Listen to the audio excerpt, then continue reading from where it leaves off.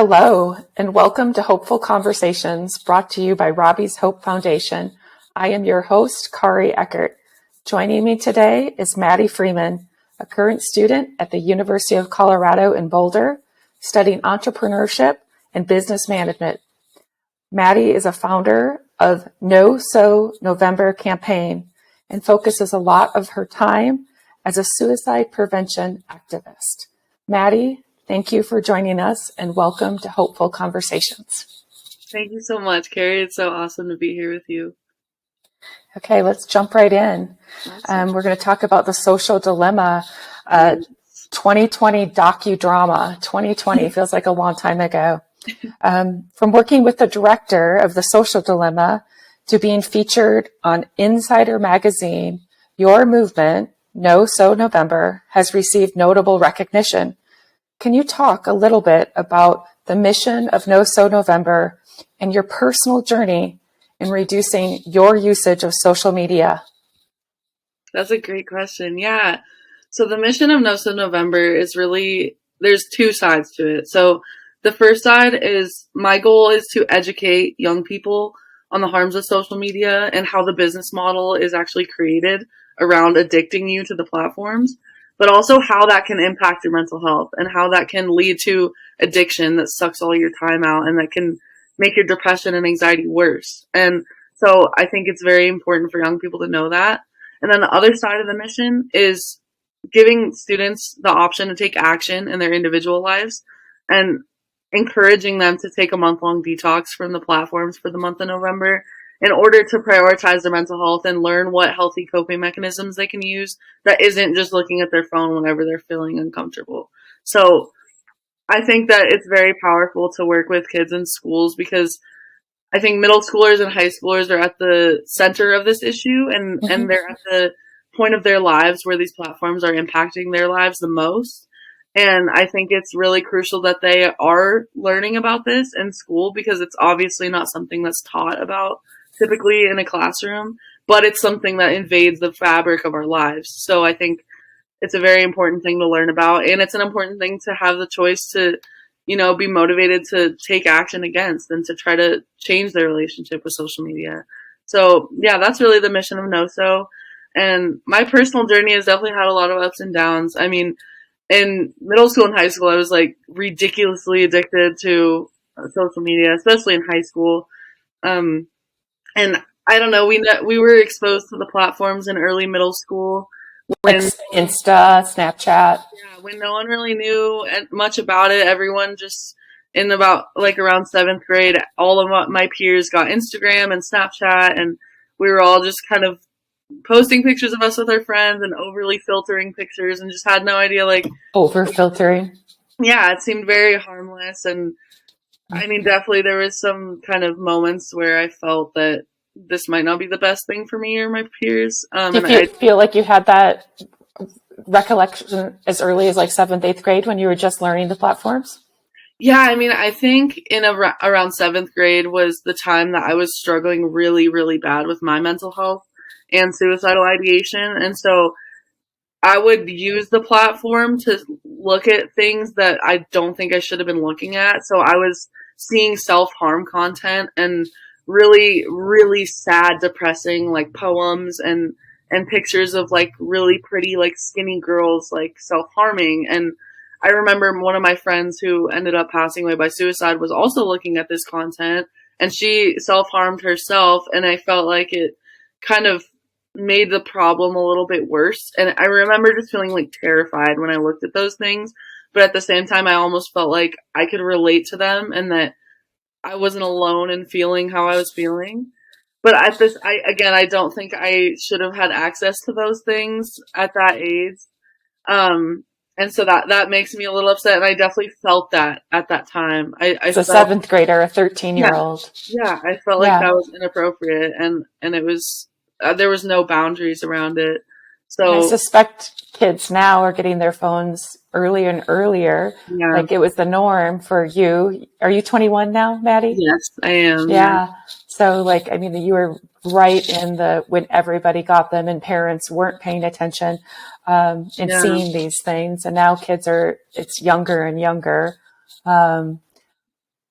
I don't want to get like super personal, but I suspect you saw these things on your phone and maybe didn't know what to do. Like, do I talk to my friends about this? Do I talk to my parents about this? Or how do I, am I internalizing this? Those are a lot of deep thoughts.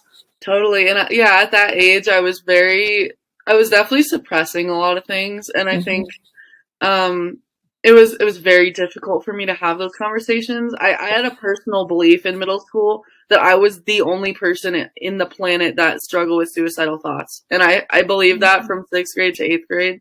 And I felt so, like, I literally felt like it was almost like an awful superpower. Like, I was the only person in the world that felt that way.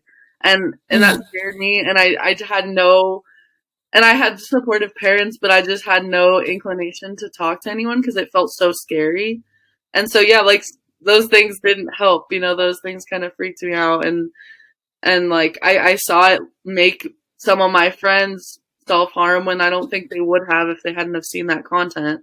So, yeah, it was really dark and it was really tough to like be introduced to that at such a young age. And then obviously as high school went along, we got more and more integrated into the platforms and more people were using them, and it was becoming like a social status thing. It was becoming the norm to post what you were doing, and it was the norm to feel very left out about a lot of things because you weren't being invited to certain stuff and like get popularity, and everything was about attention. Everyone's posting about what they think will get them the most attention. And so I think along the way in high school, I definitely like had some of those little red flags of like, this doesn't feel good. I remember there was a point sophomore year, my mom was like, Maddie, you spend like a lot of time on your phone. I feel like you need to think about that. Like, I think you seem like addicted to your social media.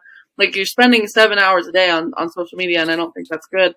I was like, it's like everyone's doing that. Shut up. Like, it's fine. And I deep down was like, yeah, that is kind of weird. But also I was just like, well, everyone's doing it, so it doesn't really like matter. Like, that's just normal.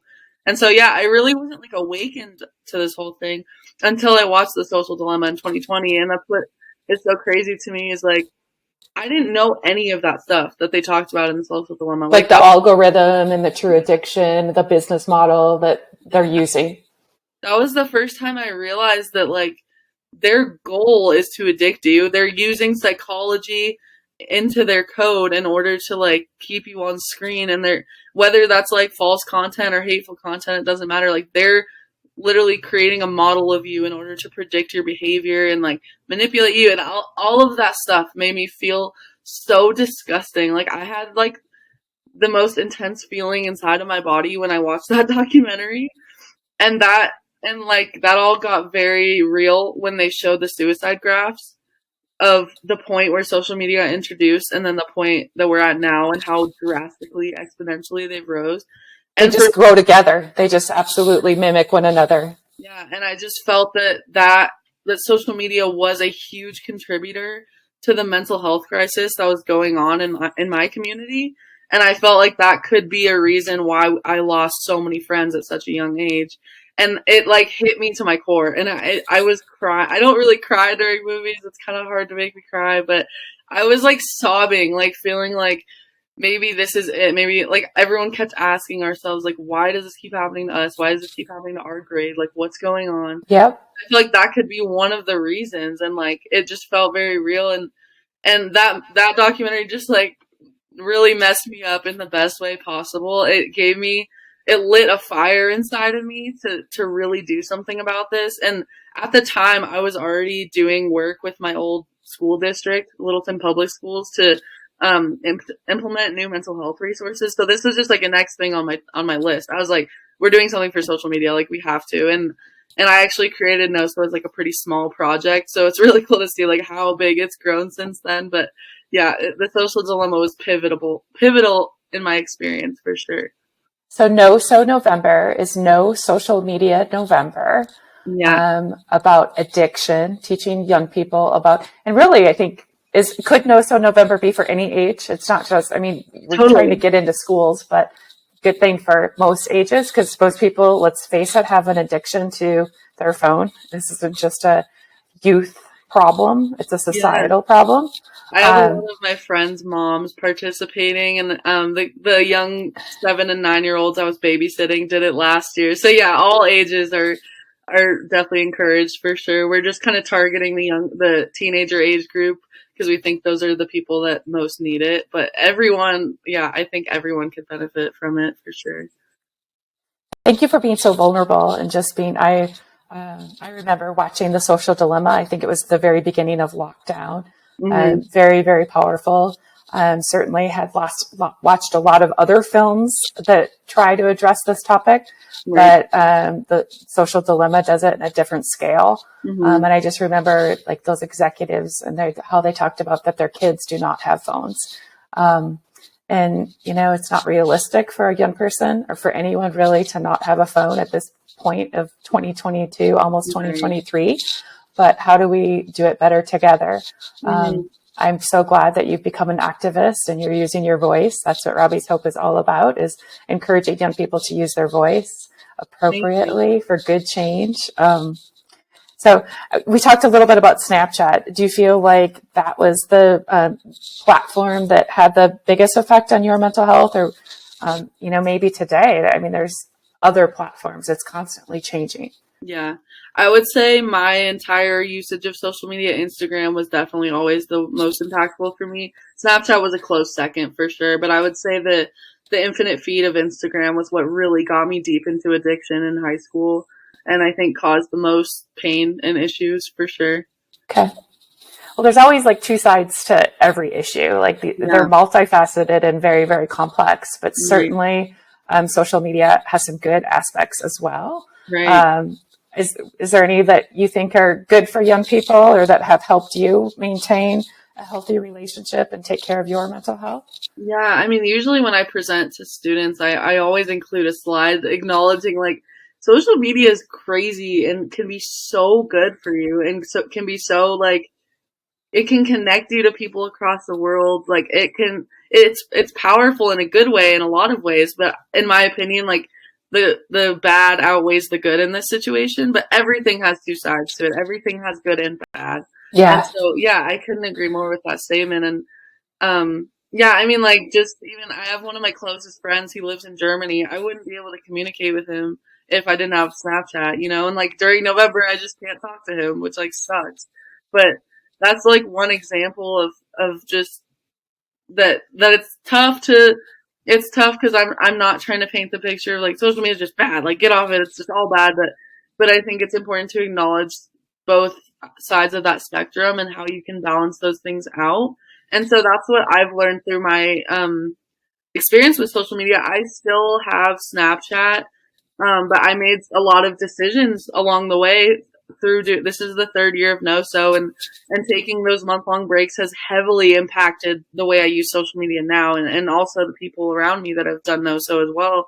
Like I've changed the way I use the apps. I decided to delete Instagram, Twitter, permanently delete my Facebook account because I never felt like I was using that anyway. That's an old people Yeah. platform. Yeah, and I had a feeling about TikTok when it became popular that I just didn't feel that it would give me anything more that I wanted in my life. And everyone was talking about how addicting it was. And I just had this feeling like before I started so I was like, I just don't think I need to download that. So I never got into TikTok, which Okay. I'm grateful for. It sounds like you have really good intuition. I like that. You're able to trust your gut. Definitely. And yeah, so I've decided to basically only use Instagram and Snapchat, but I deleted the Instagram app. So basically once every 2 weeks, I check my Instagram if anyone like reached out to me through my DMs. I do not scroll, and that's all I use it for, just in case someone's trying to reach me. And every once in a while, if I need to post something, I'll post something. Like usually it's about NoSo. That's basically I completely altered to old Maddie sitting on my Instagram scrolling for 6 hours to I'm going to check it for 20 seconds once every 2 weeks. Like that's a huge difference for me. And for Snapchat, like I use it to take pictures and communicate with people, but I avoid looking at stories. I avoid reading through all the news articles, and I avoid all of the filters. And I just try to use it for the most basic purpose of communication. And that can be difficult, but I found that like using social media for its good purposes can still be effective and useful in your life if you use them in the right way. So that's definitely something that I've learned along the way, is like you can use it in healthy ways. So that's a big, you touch on so many topics that are just like key words to taking care of young people's social health and mental well-being, like, Yeah. and so many young people and old people, all people, think that like they're more connected because of their interactions on social media. Right. But really, when you get into the research, it shows that we aren't connected. It's a Yeah. different type of connection when you have face to face, when you, and communication has changed so much. Like you just said, I still go on Instas to see if anybody DM'd me because Mm-hmm. people use it as their form of communication. Yeah. Those are tough things. I think, especially for, you know, at the beginning of this conversation, you talked about when you were in seventh grade. Mm-hmm. And I know like people think, oh, I have 500 Instagram followers. I have 500 friends. Right. How do we like, how do we get past that? How do we enrich communication and relationship without social media, Yeah. without social media controlling all of what we do? That's really the question. Yeah, like I think I don't know. I mean, that's again something I've realized too is you're building inauthentic connections. You're Snapchatting pictures of your face to people that you would never talk to in the hallway. And like that just it fills this empty void of little like communications with people and feeling like someone at least cares to like reach out to you, but 9 times out of 10 it's not an authentic like, "Hey, how are you doing? Like, do you want to talk?" Or like anything like that. It's just like very, very the most shallow level of communication. And you can feel really alone. You can have 50 Snapchat messages and feel very alone because it's not what humans crave as human connection. That's not how we evolved as a species to accept human connection. Like that's not how it works. So it's difficult and it can be like I've had very intense texting conversations with friends and I felt really good about that. But I think like the majority of social media is that shallow connection with other people. And so yeah, I mean that's one of the biggest parts about NoSo is that we strongly, strongly encourage to like just reach out to your friends in other ways and explore how it feels to only text, call, FaceTime for a month. And everyone that has done NoSo has said, like, I'm astounded by how many, like, good conversations I had. I'm astounded by how many, like, old friends I reconnected with genuinely that I got to see in person because I called them instead of Snapchatting them. It gives you another level of communication when you actually speak and hear their voice rather than texting or like Snapchatting. And so that's something that people realize is like calling, FaceTiming, and texting just feel better and more authentic than Snapchatting and liking someone's post. And so they've found that like that's shown them who their real friends are and who actually wants to talk to them and wants to engage in conversation with them.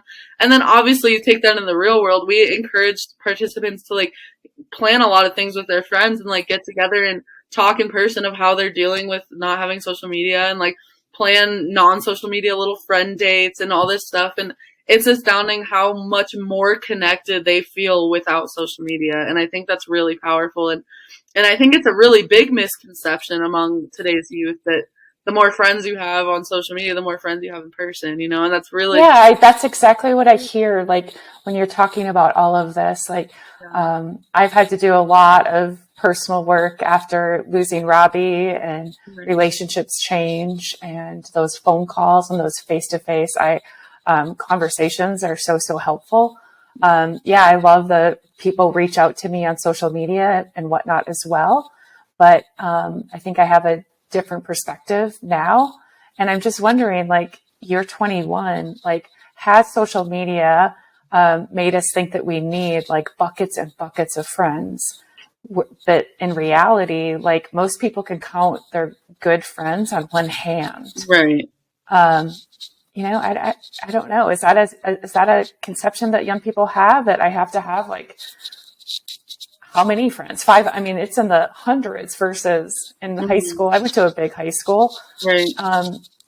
It's usually we have small friendship groups. Right. Totally. I think it's like increased the connection among people to the point where like you have so many mutual connections and you have so many like mutual friends and like outer group friends and like it feels like you need to have like 50 or 60 friends at all at one time, and that can make you really lose sight of who your real friends are and who you need to like prioritize, you know. So yeah, I can definitely say I think that's a conception that a lot of young people have, is like they need to have a ton of people that love them and a ton of people that care about them when like I don't know, yeah. And I think that's another part of like taking a break, is like you think a lot of these people are your friends until you delete Snapchat and they will never text you again. Like they'll probably like never talk to you again if you don't get Snapchat back. And that feels pretty bad, like honestly, but it makes you realize who wants to invest effort into you and who's going to take the time to text you or call you, you know? So I mean, yeah, that's a huge thing for sure. Doesn't it feel good personally too? Like when you reach out to someone in an authentic way, like you can see them react. Like you just pick up the phone out of the blue and call somebody for like no reason. Like, Yeah. hey, I was just thinking of you. How are you? Versus, yeah, I could have sent them a text, or I could have, you know, commented on something on Insta, or I'm old. I'm still on Facebook. Those deeper, like real authentic human connections. Yeah. Yeah, I was going through something earlier this week and I was having a tough time, and my friend that I typically just talk to once in a while on Snapchat called me. She lives in California and she called me. We talked for 2 hours on the phone, and we both were so insanely grateful for that conversation and like feeling that connection to each other again. Like it made both of us cry because it was just like, oh my gosh, like I miss hearing your voice. I miss you and I love you. Like we should talk on the phone more, you know? So totally. I think if you experiment around with that, you'll definitely feel really fulfilled after an authentic conversation rather than 50 inauthentic conversations. Thanks for sharing that. Oh. Yeah. Okay, so given that social media platforms are notoriously used to promote unrealistic social, physical, and lifestyle expectations, have you seen an effect on the habits and mentalities of teens given these expectations? That's a great question. And I think the obvious answer is yes. Personally, I have felt that way. I've also seen that in my friends a lot.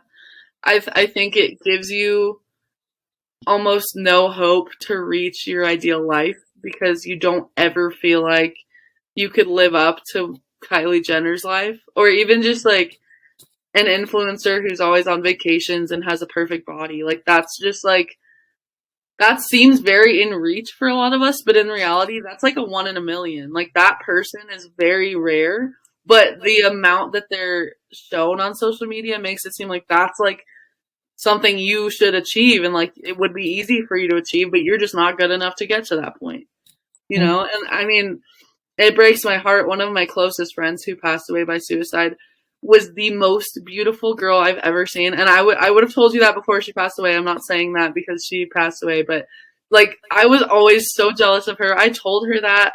I was like, you are so like perfect. Like you literally are perfect. She thought she was so ugly. She hated herself. She was like pretty skinny. She had like a pretty ideal body type. She thought she was fat. She didn't like how she looked. She didn't think her life was good. She had a lot of money, like her family was wealthy.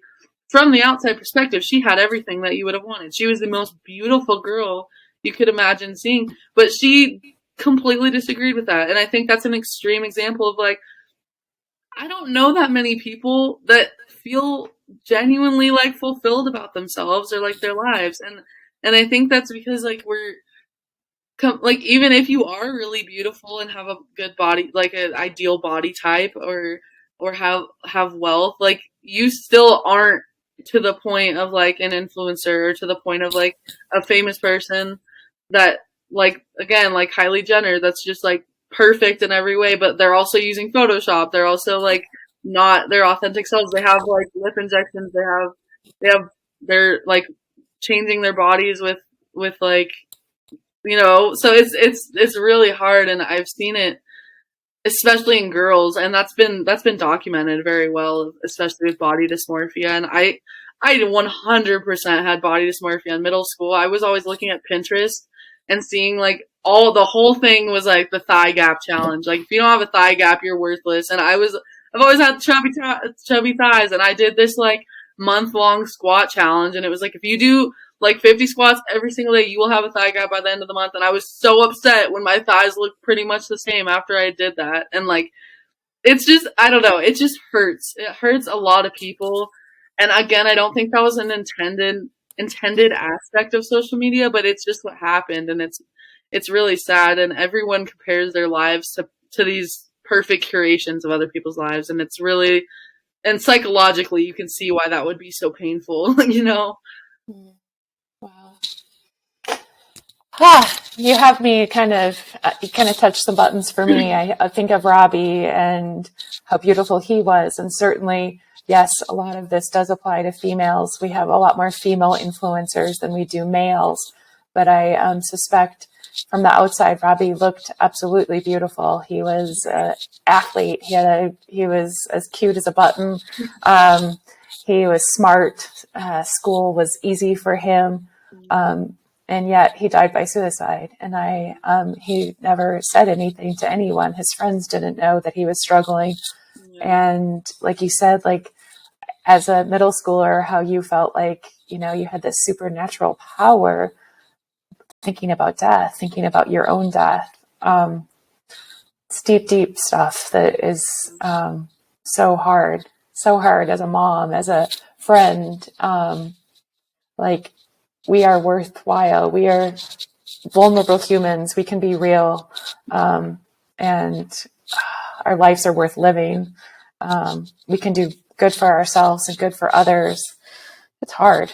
Yeah. Do you have a piece of advice that you would give to a middle schooler or a young person that you just think that would be helpful to the Maddie that was in 7th or 8th grade, that was becoming so addicted to what she thought she needed to be, and yeah, that is tough. I think, like, even when everything in your physical world is telling you that you're not enough and you're not pretty enough and you're not skinny enough, like, you have that voice inside of you that feels like you're worth anything you put your mind to, and that you have beauty in so many ways that aren't necessarily on the outside, that aren't necessarily valued on social media. And that, I mean, even just taking a day off social media, I think spending some time looking at yourself in the mirror and pointing out everything you do like about yourself instead of everything you don't like can be very powerful. Just, I don't know, it makes me sad because I want every young girl and boy to feel like they're beautiful in whatever shape or form their body takes, in whatever way that they look, and that social ideals are simply social constructs. Like, the idea that you should be skinny and curvy is literally a social construct. That's not like something that's real, So just find it in you to try to give yourself some positive self-talk and look in the mirror and identify things you like and focus on that, It's a hard exercise. Have you done it? Do you do it? Like, to stand in a mirror for a certain period of time and you can only talk to yourself in a positive way? Yeah, I mean, one of my volleyball coaches told me that for every negative thought I have, tell myself 3 positive thoughts. And I've tried that in that exercise, because if you go in the mirror, you'll be like, oh, but look at, like, my stomach. And you're like, oh, geez. But then you're like, well, what are 3 things I like? And I'm like, well, I like my hair. I like, whatever. And it's good to, like, really force yourself, like, to try to just outweigh that stuff with the positives, Yeah. It's hard, though. It is hard. And also, like, why do we talk to ourselves in such a negative way versus the way we would talk to a stranger, a friend, a loved one? But we just have a tendency to, all that negative is self. Right. Tough stuff. And that goes back to that social media can have positive aspects to it. I found myself last year looking on Pinterest of body positive quotes and body positive ideas. And I found so many just, like, really heartfelt things that women wrote. Like you said, imagine, like, saying the things you're saying to yourself to your best friend. Like, you would never say that.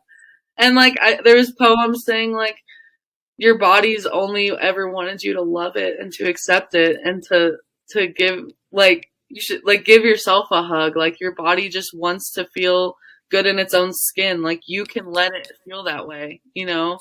And so, like, that's, if you still use Instagram or something like that, unfollow Kylie Jenner and follow a body positive app, like a body positive page. Like, you can change the content you're ingesting, and that can help you a lot. That's good advice. Very good advice. And like November, there's so much focus on gratitude. Mm-hmm. An opposite of being on social media, like think about what you're grateful for. Yeah. I know that when I am down and out, which I absolutely have my moments, I really have to focus on like being grateful for all of the good that there is. Yeah. Just a mindset shift, which is certainly a learned skill and Right. not easy. And you have to develop, you have to work on having those tools and resources in your own personal toolbox. Right. That's what we at Robbie's Hope are trying to do for young people. Before we wrap up, I have probably two more questions. I like to have conversations, so it might be more than two.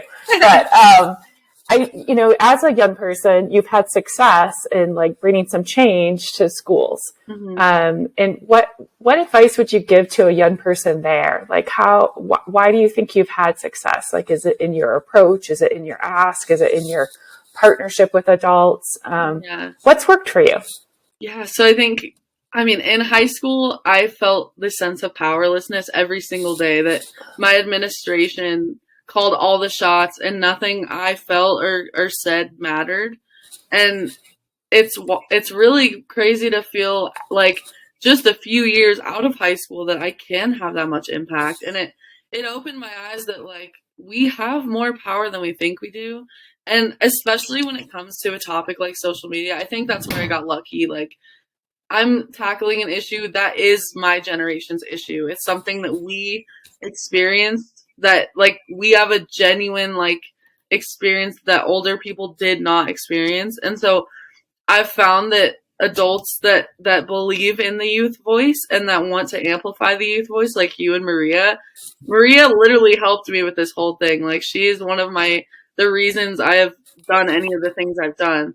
And so, yeah, partnering with those adults is so crucial, but also, like, just the fact that I'm tackling an issue that is a youth issue has given me more opportunity to spread change, because I think adults are like, I guess you're right, like, we didn't go through that. Like, you do have a little bit more of, like, a real perspective on it than we do. So I think with the topic I chose, I guess I got lucky in that space. But yeah, just definitely the message that you have more power than you think you do, and that there's so many resources out there that can empower you and, like, push you down that, like, push you down, like, not push you down, sorry.